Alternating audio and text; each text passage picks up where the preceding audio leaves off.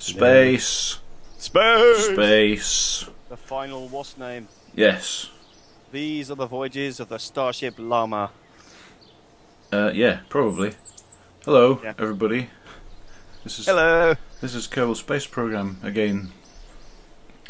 So, Sending llamas where the llamas should not go. yeah, exactly.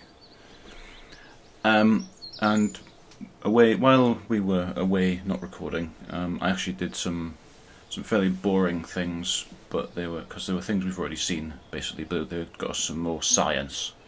So I just did some more sort of orbiting and EVA reporting around Kerbin.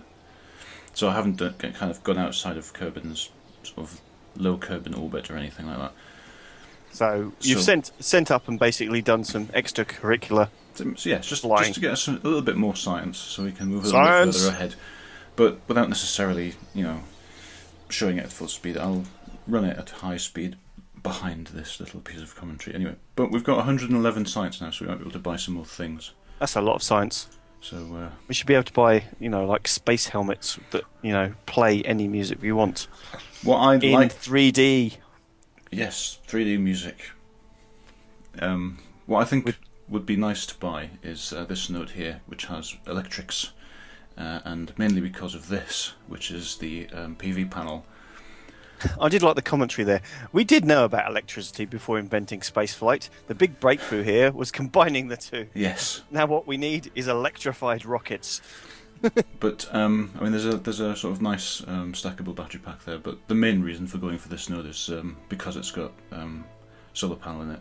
It's not a very sophisticated solar panel, but it does provide power, which is useful because one of the things that I constantly seem to do on rockets before I unlock this particular node is forget that there's a limited amount of power available and use it all up doing stupid things.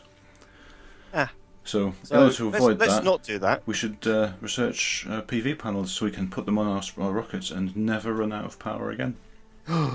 Ever, hopefully. Yeah. So we'll research that. That was 90 science, hopefully. So basically we're out of science again. Yep. But okay. I can quickly go to the archive as well. This is quite a cool thing. The Science Archives tells you all the science that you've ever done, ever. He's a very distinguished-looking science chap up there. That's Werner von Kerman. There's a bit of a nod there, really, to history. Yes, and this basically, you look at Kerbin. Everything that I've done has been around Kerbin, and you can see. Ooh, the planet's actually spinning there. That's quite cool. Yeah, the highlighted one spins, and this you can see. I've done all of these EVA reports. What's the actual planet constituency? I mean, you look at Moho, and it looks fairly Mercury-like. Well, there's the closest one to the sun, so you'd kind of expect it to be. What about Eve, then? Is that the same sort of thing? I think Eve might be a bit gas giant. They're not all the same. Do we have to go there and see them? They're not all the same. Some of them, for example, Eve has a moon, and Kerbin has 2 moons, as we know, and Duna only has 1, which is the next planet out. And if it was being like Mars, then it would have 2. Yeah. So then it's not a model. Saphod. It's not kind of a model of the solar system in any way, no. But it's sort of similar. Duna's probably the next planet we would go to once we've stopped fiddling about in Kerbin's sphere of influence, because it's quite easy to sort of get to without too much effort. Does it take like months to get there? It will, but we do have 100,000 times time warping, so. Wow. So as long as we've got the trajectory right, we should be good. But we're getting a bit ahead of ourselves. Let's see what missions we actually have available. Now. Before we try, say, let's go to Mars, that place. So here's an interesting one: rescue Theohat Kerman from Kerbin because he's stuck in orbit. Oops. So someone else. The Floyd Dynamic Research Labs obviously sent him up there, and can't get him down. Can't get him back. So that's an interesting one. And the other interesting one, of course, is explore the moon. Ooh. So we'll take that one anyway because that never expires. So, yeah. But this is an exercise in matching orbits and in-flight rendezvous, which is also quite cool. So we should take that too. Which one do you want to do first? Ooh, they've gone. Oh, I'm looking at the main space. What have we got again? We have explore the moon, which means go to the moon, transmit science from around it, land.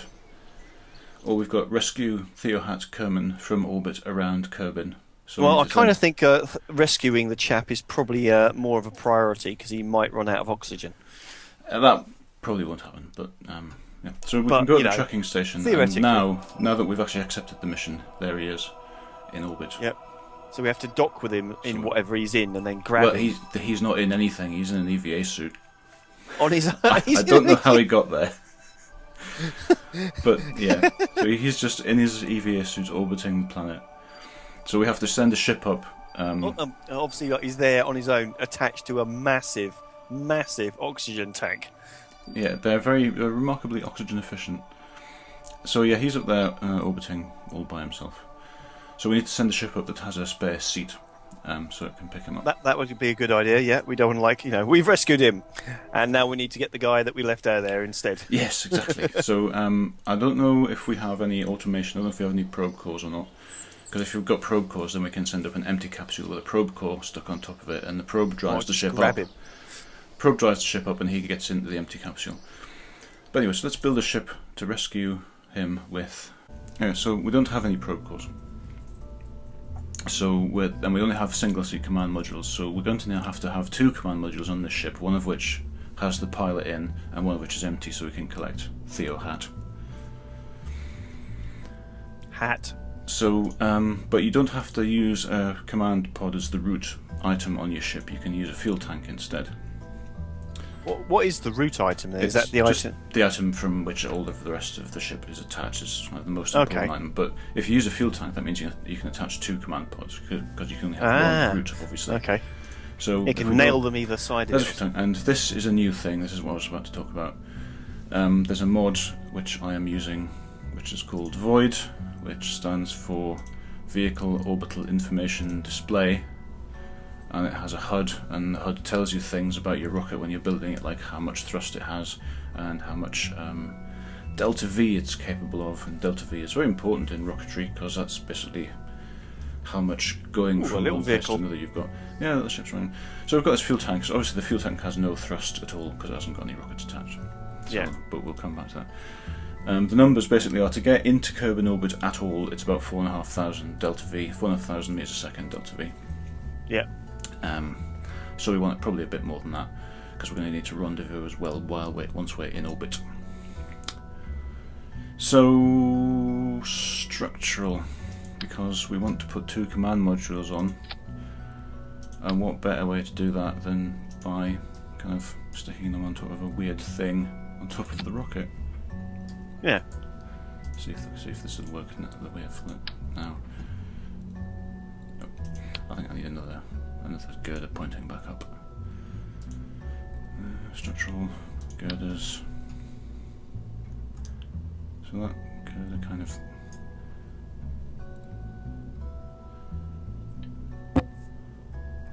like that. And it's looking very, very secure. There you go. Right. Yeah. Twin command modules on top of a rocket. So basically, we're sending a fuel pod with some scaffolding on top of it into space. Why do we need the up bits? Couldn't we attach the pods? There's only specific places you can attach things. So there's green attachment nodes on things, as you can see. Now, I suppose we could theoretically just rotate the capsule like sideways, which I'm not doing because I'm pressing the wrong buttons repeatedly, like that. That would be another way of doing it, and we would save 2 pieces of girder.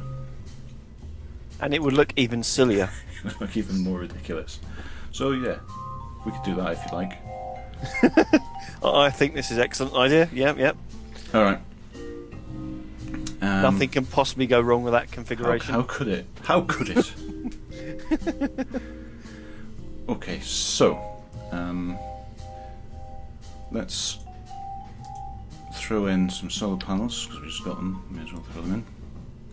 We can stick them anywhere. I'll just put them on this, on here, just to keep the ship powered. We probably just want some nail parachutes. them on there. Parachutes cannot go on the top. Oh, they can actually. We can put them there. We'll have to rotate them, and we can put one on the top, like that, and also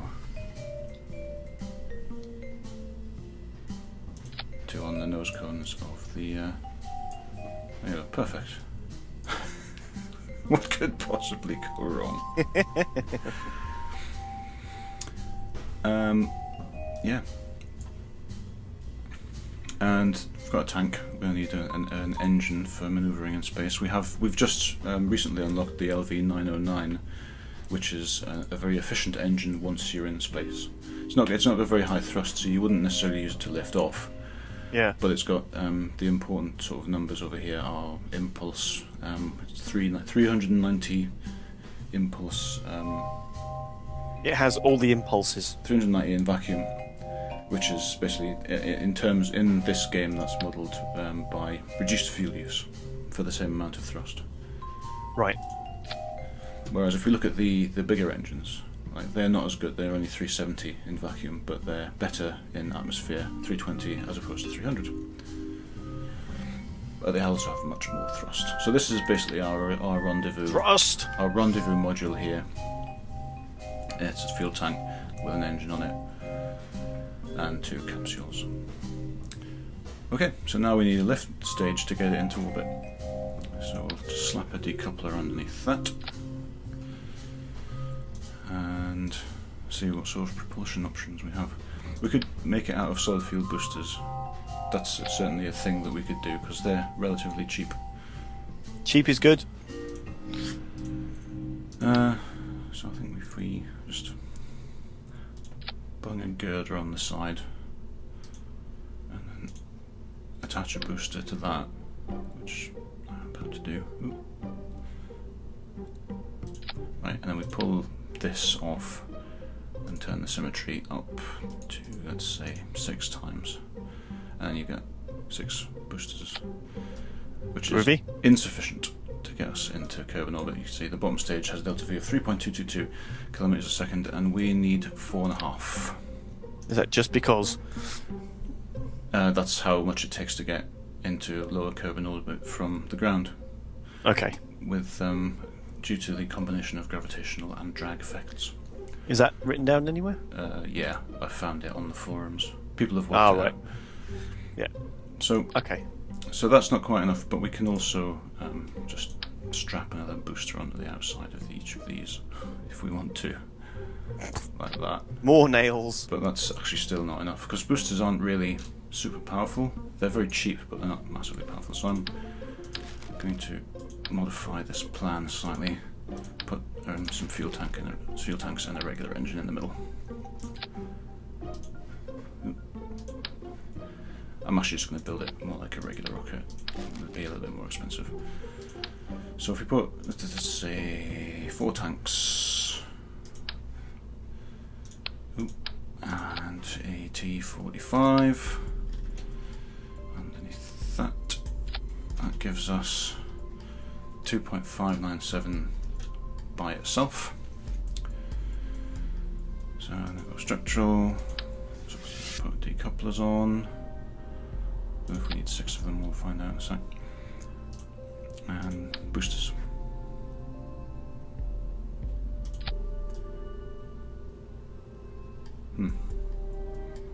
Right, yeah, sorry, I'm being confused. The bottom stage delta V says 2.288, but that's just the boosters. If I want to get the total, I need to drag the liquid fuel rocket down as well. That's still not as much. I'm obviously screwing this up somehow. The total delta V is 6.496 though, so we can get the rocket into the sky and we can use the fuel in the top stage to finalise the orbit. That's probably the thing we should be doing. So let's do that.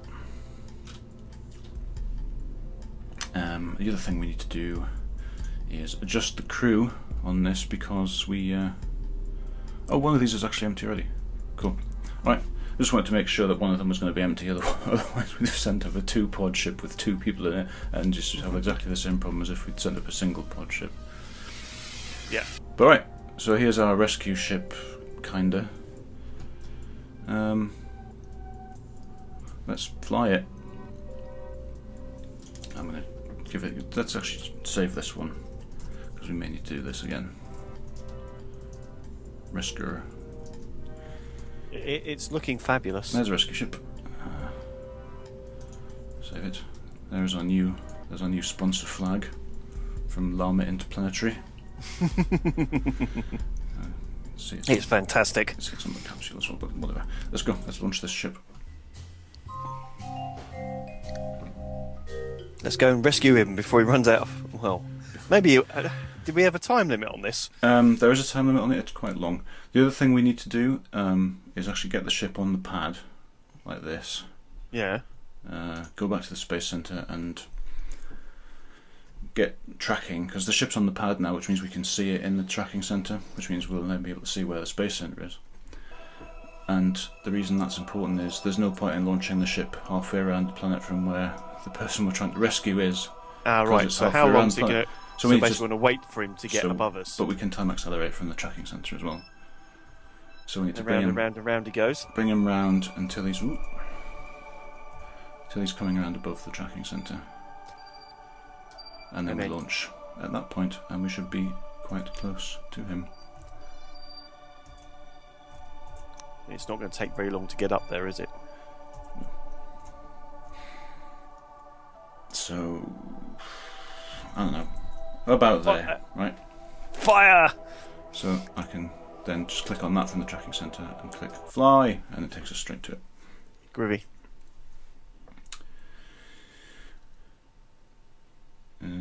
Yep. Oh, one problem with putting the pods out to the side like that, this is all screwed up. That's why this is weirding me out, because the pods are on at an angle rather than pointing straight up, so this is all weird. The nav ball, it doesn't look the same. They think they're up. It doesn't look the same, which is potentially going to confuse the hell out of me, but we'll see how we go. Nothing can possibly go Anyway, wrong. less talking, more launching. Yep. More space. The ship's a bit wobbly. I should probably have strutted those boosters together, but I don't know if we've got struts yet, so that might have been difficult. It's going up. Just thrust off the main engine, yeah. So it's when you're in the lower atmosphere, like below 10 kilometers or thereabouts, in the stock game, which is what we're playing, there's no real point in going above 200 kilometers, 200 meters a second, because of drag. You're fighting the terminal velocity at that point, and it uses much more fuel for each additional sort of meter per second that you get. And we're sort of rocketing past that because the solid fuel boosters just do it. Yeah. But you strap them on fire. But I'm throttling the liquid fuel engine in the middle. I've throttled it down to nothing. Yeah. Because there's no point in burning that fuel. Well, the solid fuel boosters just fire, don't they? Yeah, it's like the description says, it's a trash can full of boom.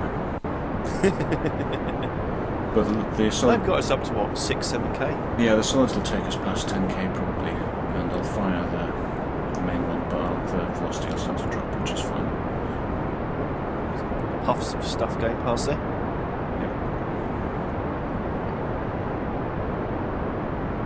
Not bad. 10,000 meters in 46 seconds. So I'll just chuck those away. That looks cool. And we've still got buttloads of velocity. nose the ship over. Yeah, the speed's dropping, but that's fine. So now we need to try and aim it at the hapless chap. Yeah, and it's actually rolled because of. Let's bring the thrust up. It rolled over because it wasn't entirely structurally sound, partly because of things not being strutted together properly. So when we ejected the boosters, it rolled the ship over. Ah, right. Well, anyway, this is again the HUD from Void, and it's quite useful in the sense that we can now see what our apoapsis is without having to go to the map screen. Yeah. So I'm going to nose the ship over a little bit more.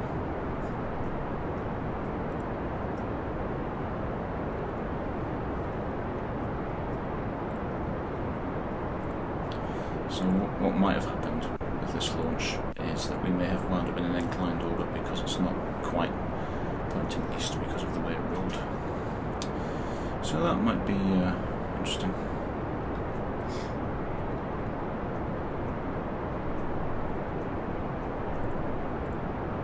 I guess we'll find out in a bit.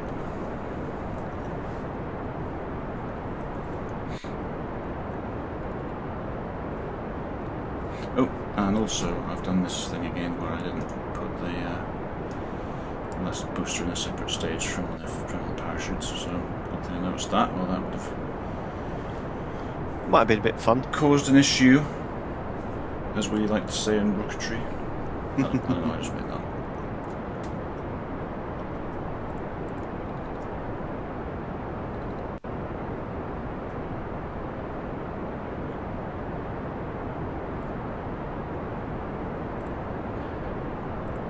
Yeah, this may, given that the direction things go in is possibly relative to the direction the capsules are pointing in, this may turn out to be a really, really difficult mission to complete because of the way we've stuck those powered pods on the side. Never mind, eh? But it's possibly it's a live and learn situation.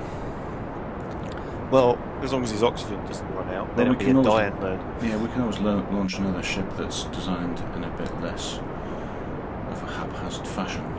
So there's that. I like to think of it as progressive design. Because this here, that's our prograde marker. That should be more or less saying here. So yeah. It's like prograde is relative to the direction the capsule is facing in, so it's just entirely wrong.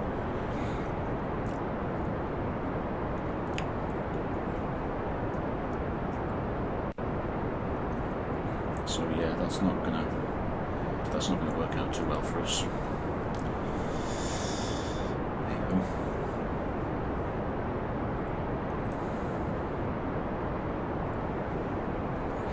In fact, I think we should probably just go back to the vehicle assembly and fix it, because otherwise it's not going to work. It'll waste a lot of time. So we're not going to find him. All due to money saving. You see, this is what cost down does. You see. So we can just revert the flight, right? So we can revert it back to the VAB. Right. Let's say basically give up. That didn't work. Well, it's actually just go back and pretend that we'd never done it. Ah, right. So we revert to that. So if you take the capsule off and we put the structural stuff back on. So we have, back to the original design before I decided to make a strange change. Never listen to the design engineer. So it's more or less like that. Put that back like that. Parachute on.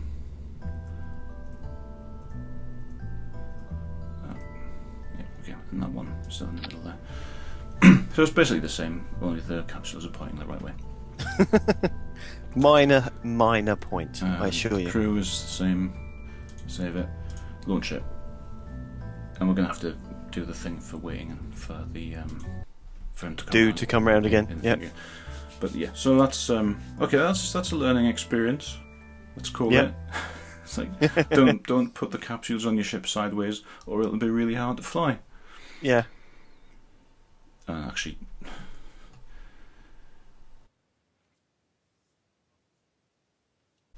try again. The capsule being on the wrong way is going to throw it off.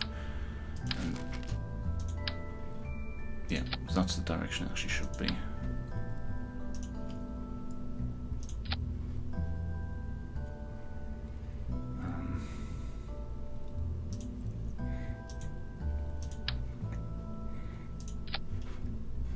Fix this now.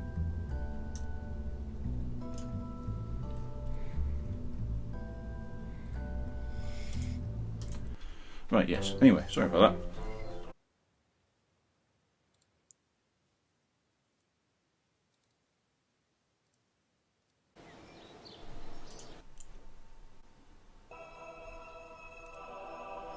Right.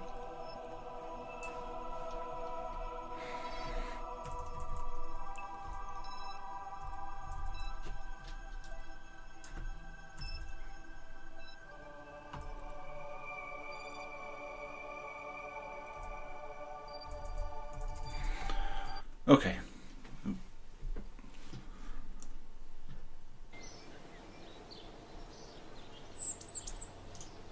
Did that wrong.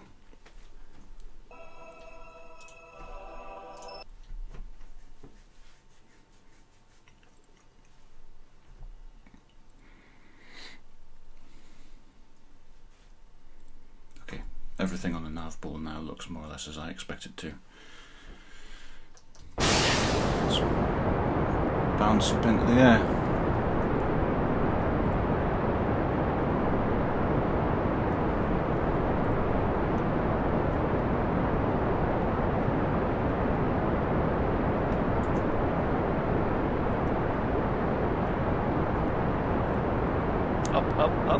Up.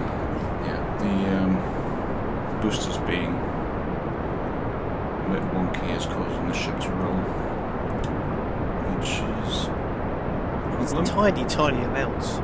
But I suppose it all it's a tiny amount at this end. Yeah, so once you get up there to 20,000 kilometres away, it's not so tiny.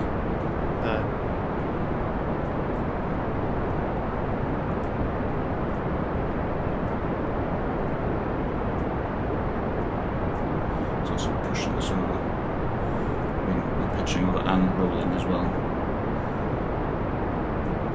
What does that actually indicate? It's really hard to see, really. Yeah, the nav ball is moving by itself, basically. Yeah. So I can see that it's rotating. It's trying to rotate counterclockwise, and I'm putting a roll input in to stop it. Oh right, so you're actually doing stuff. And it's also slowly pitching over because it's drifting.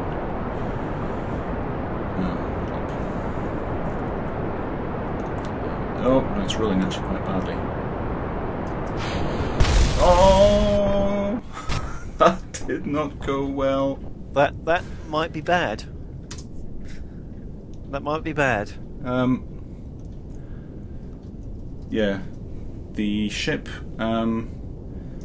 because it was rolling and stuff when I tried to. Oh look, there goes the other section. There's something because when I tried to get rid of the boosters, it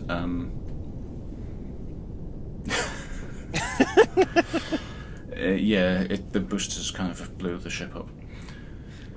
So that would be a bad thing. And I can't deploy this parachute either, which I suspect means that the capsule that survived is. Jebediah is not going to be happy anymore. Actually, the bit of the ship that survived is just this girder ring stuff. The capsules that were attached to it are no longer there. So basically we've sent a Tetris piece girder into space. Oh, it's going to reset us back because of everything that broke. Okay. Doom. Oh, that wasn't good at all. So, just an exciting episode of failure then, really. We kind of need to get more stuff. I think, where is it? It's under construction. Here, this is what we need. We need general construction, which is 45 science, and that there is the strut. That's what we want. But we're out of time.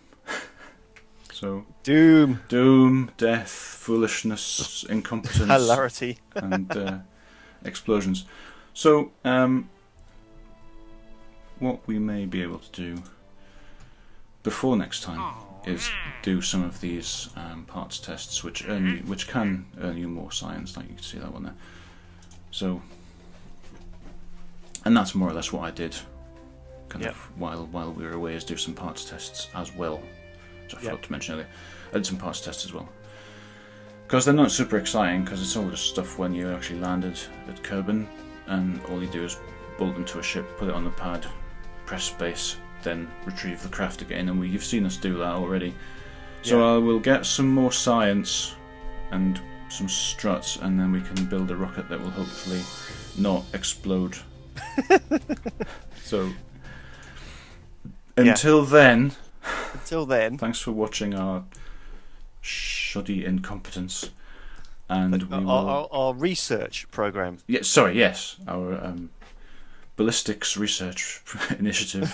Thanks for watching, and we'll see you next time, hopefully with more success. Hooray! Okay, bye. Bye.